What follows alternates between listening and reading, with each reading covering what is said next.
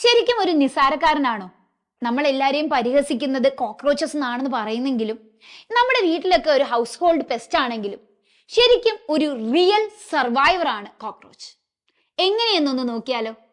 നമ്മൾ ഭൂമിയിൽ എത്തിയിട്ട് ജസ്റ്റ് 2 മില്യൺ ഇയേഴ്സ് ആയതേ ഉള്ളൂ. നമ്മുടെ ആൻസിസ്റ്റേഴ്സ് ഭൂമിയിൽ എത്തിയിട്ടെന്ന് പറയാം. എന്നാൽ ഈ കോക്രോച്ചസ് വന്നത് എന്നാണെന്ന് അറിയാമോ? 300 മില്യൺ ഇയേഴ്സ് എഗോ. ശരിക്കും നമ്മുടെ ഡൈനോസേഴ്സ് ഉണ്ടായിരുന്ന കാലഘട്ടത്തിൽ തൊട്ട് ഈ കോക്രോച്ചസ് ഭൂമിയിലുണ്ട്.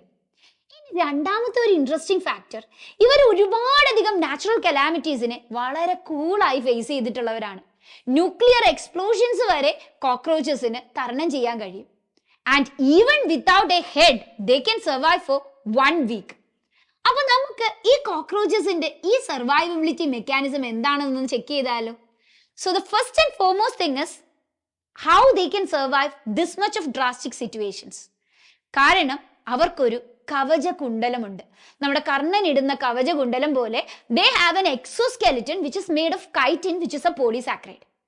ഇവരുടെ ബോഡീനെ സെഗ്മെന്റുകളായി ഡിവൈഡ് ചെയ്യുമ്പോൾ ഓരോ സെഗ്മെന്റിനെയും പ്രൊട്ടക്ട് ചെയ്യാൻ വേണ്ടി, നമ്മൾ ക്രിക്കറ്റ് ഒക്കെ കളിക്കാൻ പോകുമ്പോൾ നീനെ പ്രൊട്ടക്ട് ചെയ്യാൻ, നമ്മുടെ ബേസിനെ പ്രൊട്ടക്ട് ചെയ്യാൻ എന്ന് പറയുന്ന പോലെ ഓരോ സെഗ്മെന്റിനെ പ്രൊട്ടക്ട് ചെയ്യാൻ വേണ്ടി they have this chitin ഷീത്തുകൾ and these are called as സ്ക്ലീറൈറ്റ്സ്.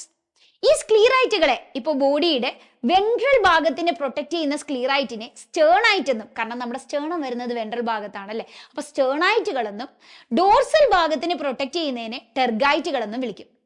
And ഇതൊരു കവച കുണ്ടലം പോലെ എന്ന് നിങ്ങൾ ആലോചിക്കുമ്പോൾ ഇവിടെ നമുക്ക് സ്റ്റേണൈറ്റ് വരുന്നു, ബാക്കിലായി നമുക്ക് ടെർഗൈറ്റ് വരുന്നു, ആൻഡ് ഇൻ ബിറ്റ്വീൻ ഇവരെ കണക്ട് ചെയ്യാൻ വേണ്ടി ഒരു ഫ്ലെക്സിബിൾ മെംബ്രൈൻ ഉണ്ട് which is called as arthrodial membrane. So of course their survivability is actually depending on this chitin. പക്ഷെ എങ്ങനെയാണ് അവർക്ക് തലയില്ലാതെ ജീവിക്കാൻ കഴിയുന്നത്?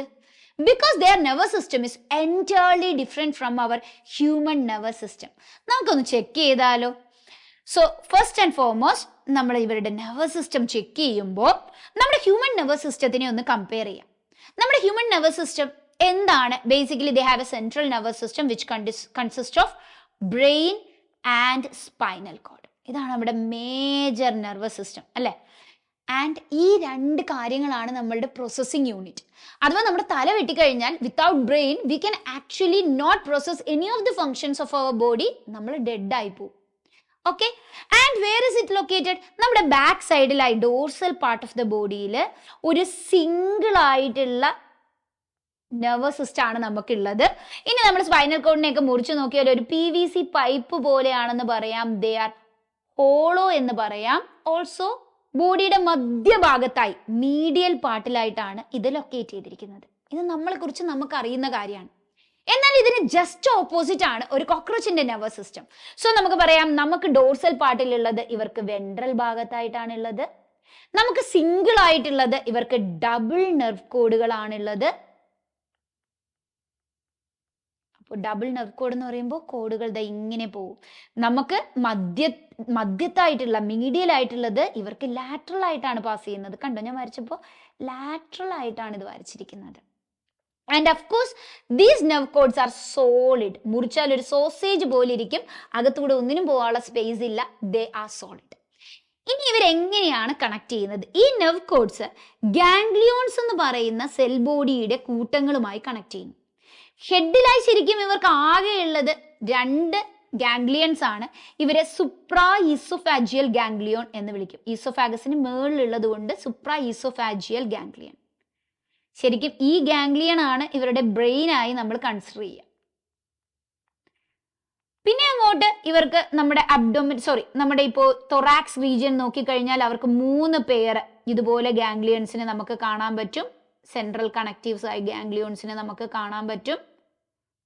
3 പെയറാണ് ഇവർക്കുള്ളത്. അതുപോലെ അബ്ഡോമൻ റീജിയനിലേക്ക് നമ്മൾ നോക്കുമ്പോൾ അവിടെയും അവർക്ക് എന്തുണ്ട്?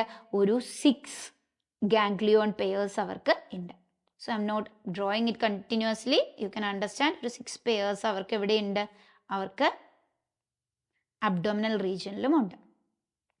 സോ ഇതിങ്ങനെ പോകും. അതിനർത്ഥം ഹെഡ് എന്ന് പറയുന്ന ഒരു റീജിയനിലായി സെൻട്രലൈസ്ഡ് അല്ല അവരുടെ nervous system. It is completely distributed through their body. So if you actually cut the head, even with the rest of the nervous system, they can really function well with their body. ആകെ head cut ചെയ്താൽ അവർക്കുണ്ടാവുന്ന പ്രശ്നം അവർക്ക് food എന്ത് ചെയ്യാൻ പറ്റില്ല, കഴിക്കാൻ പറ്റില്ല. Also they will get infection. അങ്ങനെയാണ് within a week they die, not because their brain is gone. So they have a very good survival skill. അപ്പൊ നമ്മൾ ഇന്ന് കോക്രോച്ചിന്റെ നമ്മുടെ സ്ട്രക്ചറൽ ഓർഗനൈസേഷൻ ഇൻ ഓർഗാനിസം +1 സ്ഥിരമായി ചോദിക്കുന്ന നെർവസ് സിസ്റ്റം, അതുപോലെ തന്നെ അവരുടെ കൈറ്റീൻ എക്സോസ്കെൽറ്റനെ കുറിച്ചാണ് ഡിസ്കസ് ചെയ്തത്. So see you with such another video. By.